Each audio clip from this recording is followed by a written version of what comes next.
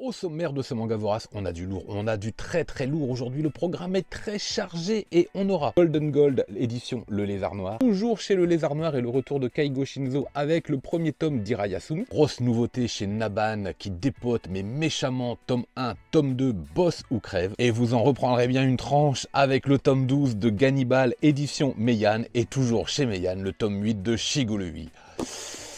Allez, générique.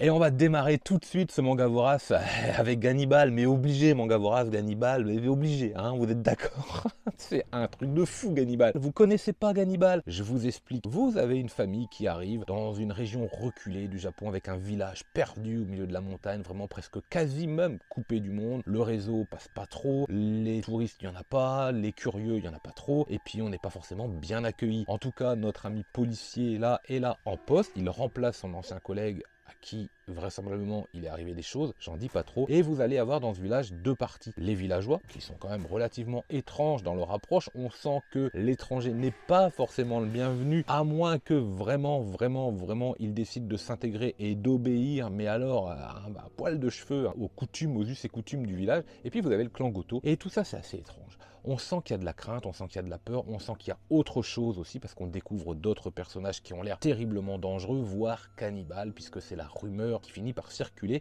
et que notre agent va laisser aussi à supposer à un moment. Qu'en est-il? Bon, je vous en dis pas plus, toujours est-il que ça grimpe, c'est crescendo, la tension est monte, tome après tome, tome après tome, tome après tome. Je me rappelle du tome 7 où vous aviez cette sensation d'avoir lu le scénario, d'avoir lu plein de choses, mais vraiment plein, d'une richesse incroyable. Et quand même à la fin du tome, vous dites mais c'est tout, parce que c'est savoureux, c'est maîtrisé vraiment. Le scénario, il a été pensé du début jusqu'à la fin pour une série en 13 tomes, donc le prochain sera le dernier et on va l'attendre, parce que là en fait, on a appris encore plein de choses.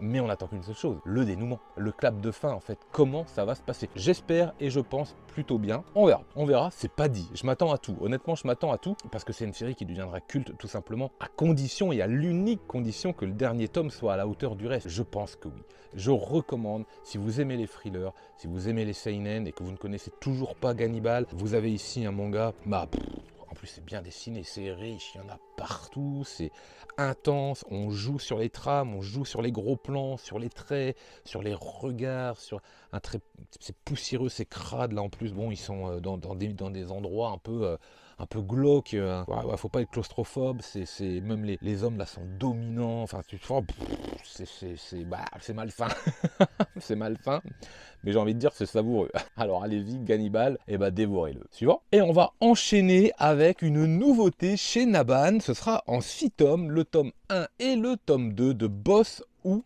Crève. Alors, c'est pas forcément un manga de science-fiction, j'ai l'impression que c'est plutôt une réalité alternative, un petit peu comme pour Battle Royale, c'est-à-dire que ça pourrait exister. Ouais. D'ailleurs, vous savez quoi, j'avais pas fait gaffe, mais c'est écrit, je viens de le voir, dans un Japon très proche de notre réalité. Bon, comme ça déjà, on est d'accord. Boss ou Crève, en fait, vous allez avoir une espèce d'institution, une espèce de dictature peut-être, à l'intérieur même d'une démocratie. En fait, ouais, voilà, une agence en fait qui va surveiller un petit peu ce que vous faites. Et puis si vous êtes quelqu'un qui ne fait rien, qui ne travaille pas, au bout d'un certain nombre de temps, on va venir vous chercher pour vous reprogrammer pour que vous deveniez un citoyen modèle. Donc c'est la démocratie, ça marche à peu près comme le Japon actuel ou comme notre société actuelle, à condition que vous respectiez les règles. C'est pour ça que c'est assez étrange en fait comme notion. Mais vous avez également à un moment un personnage principal qui va se retrouver bien malgré lui reprogrammé. Sauf que ça va pas tout à fait se passer comme ça, il va se retrouver dans un camp de formation, un véritable camp de concentration en fait, où on va retrouver plein d'autres personnes comme ça qui normalement devaient être reprogrammées et qui ne le seront pas, qui vont être formatées en fait. Elles vont être formatées à coups de terreur, de répression, de diktat, de travaux forcés, bref, dans un univers carcéral, hein, j'entends bien, mais vraiment carcéral, où s'échapper semble complètement impossible. C'est un petit peu l'idée de ce premier tome. C'est en 6 tomes, et ça va pas être que ça, Boss ou Crève, ça c'est sûr, ça ne va pas être que ça. Mais c'était incroyablement délicieux à lire. Pourquoi? Parce que le trait, lui, il est très moderne. Franchement, vous avez là affaire à un manga qui, pour le personnage principal et dans les traits, m'ont fait penser à deux choses. D'une part, un petit peu Death Note. Vous avez un petit peu Light, je trouve, dans sa façon de penser, parce qu'on est souvent avec le personnage principal, mais on est souvent dans ses pensées, dans ses raisonnements. Et puis vous avez un trait qui m'a de temps en temps beaucoup fait penser à Bitoum aussi, quelque chose d'assez dynamique comme ça, d'assez frais, très divertissant, ça se lit bien. Alors attention, c'est à ne pas mettre entre toutes les mains, hein. C'est extrêmement cru, et puis je vous l'ai dit, vous êtes dans un univers carcéral, ça veut dire ce que ça veut dire, c'est zéro pitié, quoi. Ça va y aller, et ça va y aller sévère. Donc c'est assez contrastant d'ailleurs, entre la dynamique et la fraîcheur des traits, qui sont plutôt modernes, et une ambiance quand même qui est bien lourde, hein. Alors c'est pas du Gannibal dans le trait, ou de toute façon même le trait là rend le truc glauque. Là vous avez quelque chose d'un peu plus éclairci et d'un peu plus lumineux. Par contre les personnages et l'ambiance, c'est bien pété, hein. Vous avez des persos quand même qui ouh là là, ça rigole pas. Perso, j'ai adoré lire ces 2 tomes et je vais vous les recommander là aussi si vous êtes amateur de ce genre, parce que vous allez avoir votre compte. Vous allez trouver votre compte assurément. Il y a tout dedans. Il y a tout. Au passage, vous trouvez pas qu'il y a un air de Kurapika aussi là? Alors entre celui-là là qui ressemble à Kurapika plus les chaînes à côté, je vous avoue que j'arrive pas à ne pas y penser. 2 tomes d'un coup, c'est déjà un tiers de la série en vérité, ce qui fait que vous allez pouvoir la découvrir et avoir vraiment une idée si ça va vous plaire ou pas. Je pense que là aussi le scénario sera bien ficelé du début à la fin. En tout cas, j'espère. Je vous invite, moi, à vous les procurer relativement vite et puis de faire la série comme ça parce que c'est c'est une bonne surprise, hein. Encore, j'ai envie de dire, en 2023, il y en a quand même beaucoup. Boss ou crève, en tout cas, je recommande. Allez, suivant. Et c'est le moment, avant de parler d'Iraya-Sumi, pourquoi pas d'activer la petite cloche, de vous abonner, d'utiliser le code Rakuten, de laisser un commentaire, voire même d'adhérer, je vous rappelle. Et un grand merci, encore une fois, à tous les adhérents qui sont devenus membres de la chaîne, vraiment avec l'abonnement. Le concours est lancé. C'est quoi le concours? Eh ben, vous devenez adhérent à la chaîne, vous allez laisser une certaine somme par mois. Je récupère l'ensemble, oui, mais je redistribue une très grosse partie et je fais gagner un nouveau manga tous les mois. Donc, merci à tous ceux qui sont abonnés là pour le mois de mars. Le concours est activé et il y aura un manga d'une valeur de 10 € à gagner, une nouveauté du mois d'avril de 10 €. Bref, tous ceux qui sont déjà membres sont en courant dans les commentaires qui leur sont spécifiquement adressés. Allez, on attaque maintenant avec Iraya-Sumi, donc de Keigo Shinzo aux éditions Le Lézard Noir. J'adore Tokyo Bros, j'adore Mauvaise Herbe. J'avais trouvé un peu moins bon Le Jour du Typhon. Petit recueil que j'avais aimé des histoires, mais d'autres que j'avais moins aimé. Donc j'étais un petit peu mitigé. C'est pour ça que j'attendais impatiemment de me procurer Iraya-Sumi, que je n'avais pas pris à Angoulême parce que je crois qu'il était disponible, si je dis pas de bêtises, mais j'attendais qu'il sorte en neuf parce que sinon la valise elle est beaucoup trop lourde. Et je savais pas du tout à quoi m'attendre. Je ne savais pas du tout à quoi m'attendre, donc j'y suis allé quand même un peu avec précaution. Oh, quelle erreur, mais quelle erreur. Mais j'ai plongé dans le titre dès les premières pages. D'ailleurs, je crois qu'elles sont en couleur, les premières. Est-ce que oui, il y a un petit peu de couleur au début, tout à fait. Vous plongez dedans, vous sentez la légèreté, vous sentez la fraîcheur, vous sentez la joie de vivre, vous sentez un personnage qui est frais, naïf, qui amène avec lui la bonne humeur, qui la diffuse. Du début à la fin, je me suis régalé, que je vous explique. Vous avez notre jeune héros, je le lis encore une fois, Hiroto Ikuta, 29 ans, qui fait des petits boulots comme ça, et qui va se retrouver propriétaire d'une maison. Je ne vous dis pas comment, ce serait dommage, parce que c'est vraiment sympathique à lire. Il va se retrouver propriétaire d'une maison, et il va également accueillir sa cousine, qui est étudiante, et puis qui vient chez lui voilà, pour réduire un petit peu les frais et qui va découvrir un petit peu la vie et également gagner en maturité. Mais c'est un manga tranche de vie en fait, c'est délicieux. Voilà, vous avez, j'ai envie de dire, il n'y a presque pas de scénario. Pourquoi? Parce que vous suivez un petit peu ce qui se passe, les différents événements presque inattendus. Quand vous démarrez votre journée, vous savez pas forcément comment, vous savez où vous allez aller, vous savez plutôt ce que vous allez faire, mais vous pouvez pas anticiper sur ce que vous allez dire, les rencontres, les ceci, les cela, bref. Et là c'est un petit peu ça en fait, mais c'est d'une fraîcheur mais incroyable, génial, franchement génial. Je suis pas loin et je vais le dire haut et fort même, c'est le meilleur Keigo Shinzo, tome 1 en tout cas, que j'ai pu lire, donc je le mets au-dessus de Mauvaise Herbe et au-dessus de Tokyo Bros, assurément. Si vous aimez l'auteur, là c'est clair, vous pouvez y aller. Si vous avez envie de découvrir l'éditeur, celui-là je vous le conseille, tout comme La Cantine de Minuit, tout comme plein d'autres en fait, mais bon bref, Iraya-Sumi c'est une nouveauté, je vous la conseille, et si vous avez une fois de plus envie de me faire confiance, alors là foncez, allez-y, vous allez savourer cette espèce de, alors c'est pas du one shot mais presque, parce qu'on pourrait se contenter de ce qu'on a lu, il y aurait une suite, on a envie de savoir, on a envie de lire, mais on pourrait presque se contenter de ce qu'on lit en disant c'était bien quoi, c'était bien, vivons le prochain quand même, hein. Mais waouh, bravo Keigo Shinzo, pour le coup là, si j'avais un doute, j'en ai plus du tout. J'adore Hirayasumi, je le conseille, mais avec force, vraiment. Allez, suivant. Et on va rester aux éditions Le Lézard Noir avec Golden Gold. Alors déjà, là, petite particularité, c'est du Lézard Noir pour ceux qui connaissent, normalement, j'ai envie de dire même quasiment à chaque fois, vous avez ce format-là. Vous avez eu un peu plus grand que ce format-là, mais vous n'aviez jamais, à ma connaissance, eu plus petit, jamais en tout cas eu format comme ça, standard manga. Je me suis demandé pourquoi, je vais laisser, si jamais l'éditeur passe par là, je vais lui laisser la réponse en commentaire, mais moi j'ai fait quelques suppositions, et elles sont au nombre de 3. La première, je me suis dit que en fait l'éditeur japonais tout simplement il n'avait pas voulu avoir un grand format, et que donc il fallait respecter cet engagement et avoir ce petit format. Le deuxième, j'ai regardé, c'est une série qui dépasse déjà les 10 tomes, donc je me suis dit peut-être que l'éditeur, le Lézard Noir, n'a pas envie de proposer un grand format qui serait plus cher avec une série qui fait plus de 10 tomes, parce qu'il va falloir les vendre. Donc on réduit, on reste, ce qui permet de proposer un titre 8,50 € au lieu des 12-13 habituels, et encore 12-13 je suis pas sûr, ça aurait peut-être été un peu plus. Donc peut-être que c'est pour ça. Je vous le dis, ce sont des suppositions, je n'en sais rien. La troisième, peut-être juste que l'éditeur a envie d'apparaître dans le facing du magasin sur des formats manga plus classiques en fait, quoi pas, pour attirer une nouvelle clientèle, et ce serait plutôt stratégique et assez malin. Je sais pas, en tout cas,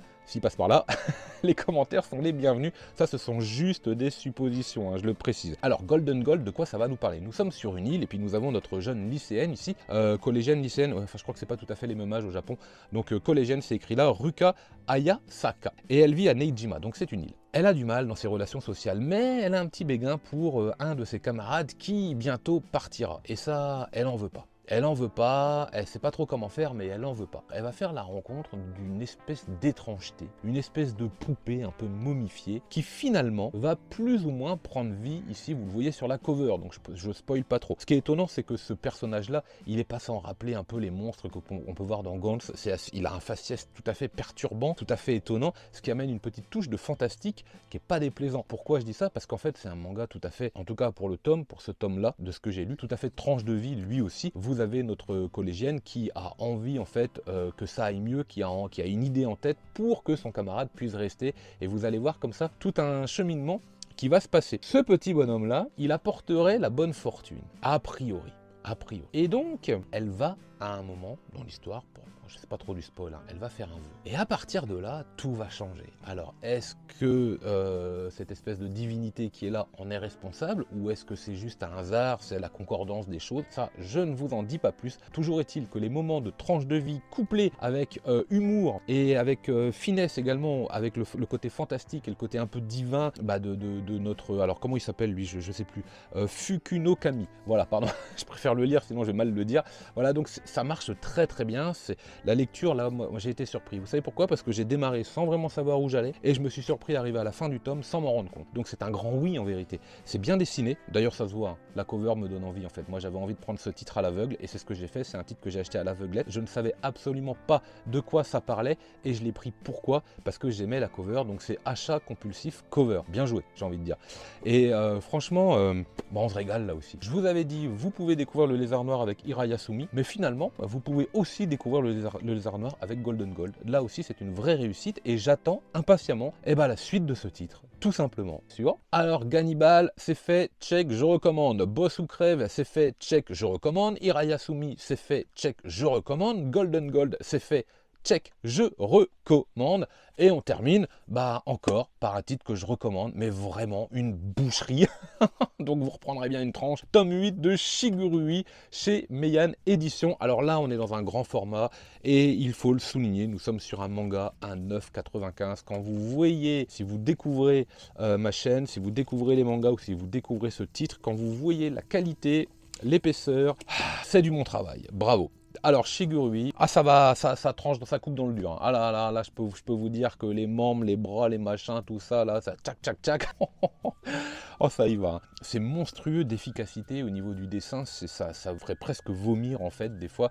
Donc j'ai envie de dire là aussi, c'est à ne pas mettre entre toutes les mains, parce que Shigurui, c'est finalement la mise en avant du corps, le culte du corps. Alors dans ses excès charnels, et puis dans ses excès de tuerie, de découpage, de membres en fait aussi. Tantôt vous allez avoir un combat où les sabres vont tout déchiqueter, tantôt vous allez avoir des scènes plus charnelles, plus érotiques, où là aussi les corps transpirent. J'ai envie de dire, non, c'est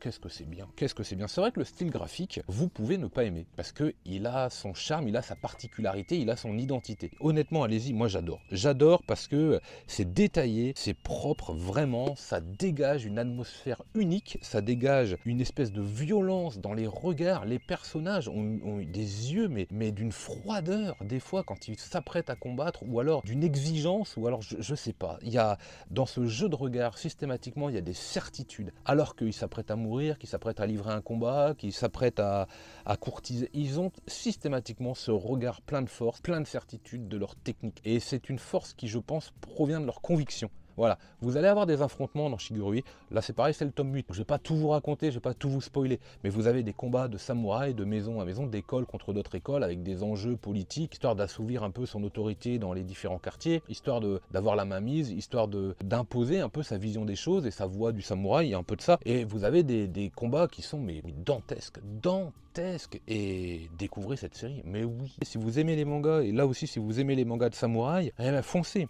Foncez parce que c'est... Oh là là là, ouais, moi je m'en remets pas. On l'a attendu. Hein. Alors je sais bien que l'attente crée le désir, mais là pour le coup, ouais, on l'a bien attendu celui-là. Et ça fait plaisir. Alors je crois qu'il y a 10 tomes en tout, donc il en reste 2. Il en reste un pour Gannibal, il en reste 2 pour celui-là. Si vous attendez, si vous êtes des consommateurs et que vous attendez que les séries soient terminées pour les commencer, bah ça y est, ça va être le moment. Hein. Allez-y, régalez-vous là aussi. Bon bah écoutez, voilà, c'est la fin de ce Mangavora. Je vous assure qu'il y avait 5 énormes titres à découvrir cette semaine. Je ne sais pas trop vers lesquels vous allez craquer, les commentaires sont là pour ça. Vendredi prochain, je vous donne rendez-vous pour le Buzz Manga. On fait le point sur les nouveautés à venir du second trimestre déjà, et oui, du mois d'avril, de mai et de juin, avec la petite tirelire pour voir un petit peu si le budget explose ou non. On verra tout ça, mais je peux vous dire que j'ai un peu regardé, et il y en a, et il y a du lourd. En attendant, lisez plein de mangas, et moi je vous dis...